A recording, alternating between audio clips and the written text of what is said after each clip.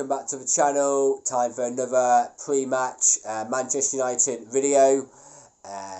This time it's the Carabao Cup, up against the same team that we just played on the weekend in Aston Villa.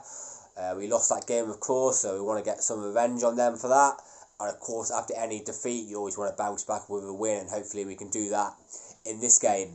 It's going to be very interesting to see what the team will be, because even though the Carabao Cup is not up there with the biggest trophies that we can win, I think it's a competition that personally I wouldn't mind winning, because we haven't won a trophy for so long, and I think if we could get a trophy, whether that's the Carabao Cup or the FA Cup, I would take that. Of course we all want to be winning the Premier League, the Champions League, but as a club where we are right now, I feel like them competitions, we're a bit too far away at the moment to even be competing in them. So at the moment we probably have to take the FA Cup and the Carabao Cup and take it more serious than we would have in the past. Of course, top four is still, without a doubt, is for me the main target this season. We need to make sure we definitely get top four this year. But if we can get a trophy, the Carabao Cup or the FA Cup, still in the Europa League, I think that'll be much harder though than the FA Cup or Carabao Cup. But yeah, I think we should take it seriously, and I think the team selection, I think it'll be a pretty strong team. I think just listen to the manager's press conference, and as he said in there, he said take every game, go into every game to win, and it seems like he will make a few changes, but I don't think it'll be like dramatic changes. I don't think it'll be like the under-23s or anything like that. I think it'll be a fairly strong team, maybe not the strongest team. There might be two or three that might get given a chance, and I would like to see that. I'll give my team in a minute what I think it will be for this game. But Villa will come into this as well. I think they'll play a strong team. I think this is a competition they might feel that like they can go far in, maybe even win it, because I think they're going to be fine this season. I don't think they're going to be fighting for Europe either. So these types of teams that are like mid-table, they should go for it really. So I expect Villa, with their new manager Emery, full of confidence after their win on the weekend. He's got a great record in the cups. He normally takes them really seriously. So I expect him to come to Old Trafford with a really strong team and give us a game. But anyway, onto the team, and this is what I would go with for my starting 11. So we're starting goal, and I actually think this might be one of the changes that he might make for this game. De Gea's obviously been in great form, played every game this season, without doubt, number one at the moment. But maybe it would just be nice to give him a breather, and also just to see what the other goalkeepers could do as well.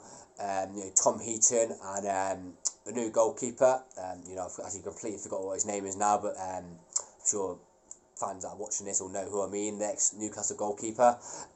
So I think one of those will play in this game. I just feel like, I think it's good to see what they can do, give them some game time. I don't think it will affect the team too much. I think it will be the new goalkeeper actually over Tom Heaton though, just because we bought him in the transfer window, and I guess it was to be second choice goalkeeper. So yeah, I'm going to go with him in goal. And then in the back four, it's going to be interesting for right back. Now, Delo's suspended for the weekend, so most people would think he would definitely play this game. And I have actually put him in the right back in my team actually, but I wouldn't be surprised if it was Wan-Bissaka, just because he needs some game time. I think he's in the squad now. I think he's not injured anymore. I don't think he has confidence in him, to be fair. I don't think the manager has that much confidence in him, but I just feel like for this game he might just give him some game time, especially because we might need him against Fulham on Sunday, because obviously Delo's suspended, and I think that might decide who plays in this game, because I feel like if he's going to play him against Fulham, Wan-Bissaka that is, I feel like he needs some game time before that, because I don't think you can throw him into a Premier League game without no game time at all. If he's only played like 3-4 minutes against Liverpool earlier on in the season. So I feel like if he has Wan-Bissaka in his thoughts for the Fulham game, he's got to give him some game time, whether that's from the start or bring him on maybe in the second half. So that'll be interesting what he does on that. But I'm going to go with Delo. I think Delo solid, and of course he'll get a rest on the weekend. So yeah, Delo at right back. there's actually not much change in the back line. There's only one change I would make. So yeah, Luke Shaw left back, and then Martinez left centre half. And then the only other change that I would make in that back five would just be bring in Maguire for Lindelof. Nothing against Lindelof. I think he's definitely the third choice. So him and Martinez are doing. I know didn't have a great game on the weekend, but I would have him over Maguire for Fulham on Sunday. But for this game, I think he might just bring in Maguire just to give him some game time. My back four is Delo, Luke Shaw, Martinez, and Harry Maguire.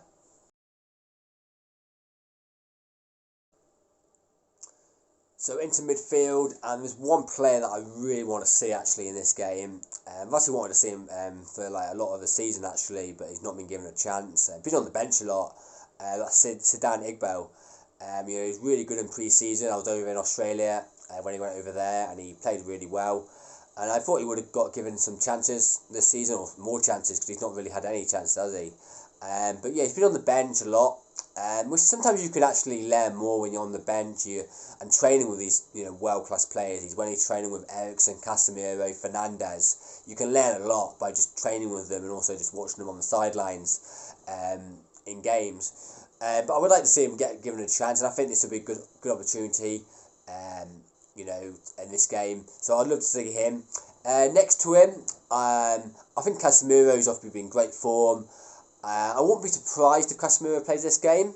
But I think Casemiro is one of our most important players now. So I feel like we need him for the game on the weekend. It's really important that we keep him fit for this season. I think he's he's made a big improvement for that midfield. But for this game, I would actually go with McTominay. He's a reliable player, and I think he'll come into this game and he'll help also Sedan Iqbal. I think that's an okay partnership. Not as good as Eriksen and Casemiro, because they've done really well this season. But I just feel like for this game, just to freshen it up a little bit, I'll go with McTominay and Sedan Iqbal, and then just in front of those two, I'm going to bring in Bruno Fernandes into this game. Had Fernandes not been suspended on the weekend, he would have played that, and then I would have probably rested him for this game. But because he had a rest on the weekend, I feel like he will play in this game.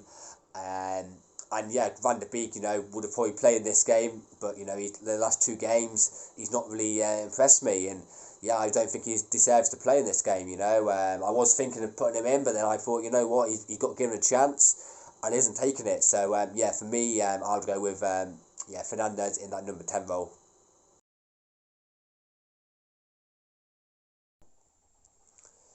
So moving in to the front three, and we'll start with the centre forward. And for this game, I would play Martial. Came off the bench on the weekend. Seems like he's got no injuries, no effects from that game. He's had problems all season with injuries, but he looks like he's okay. So if we get him, maybe 60 minutes out of him of this game, that'll be great, and then hopefully he can be ready for the game on Sunday as well. Anthony Martial as the centre forward. Either side of him, I would have Garnacho on the left. Really impressed me in the last couple of games, especially the Real Sociedad game. I think he's shown he's got nothing to worry about. As a youngster, that's why I love when these youngsters come in. They just go out and play their football. And take a risk. Taking people on. Got a great goal the other week against Real Sociedad. So I would keep him in on the left hand side, and then on the right.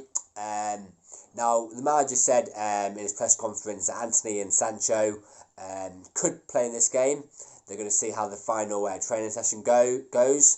But either way, I think they might only be on the bench. If they are fit, they might only play a part from the bench. For this game, I would actually think it will be Elanga on the right, and then maybe Sancho or Anthony, or maybe even both, might be on the bench, or he might just completely leave them out and get them ready for the game against Fulham on Sunday. So for my forward three would be Elanga, Martial, and Garnacho.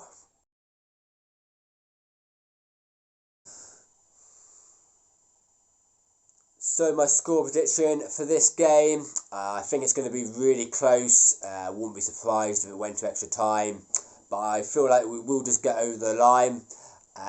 So I'm going to go for a Manchester United 2, Aston Villa 1. Thank you guys for watching the video. Hopefully I'll be back after the game with a smile on my face after Man United have beaten Villa to qualify to the next stage of the Carabao Cup. But in the meantime, give us a like, subscribe to my channel, and I'll see you on the next one. Thank you.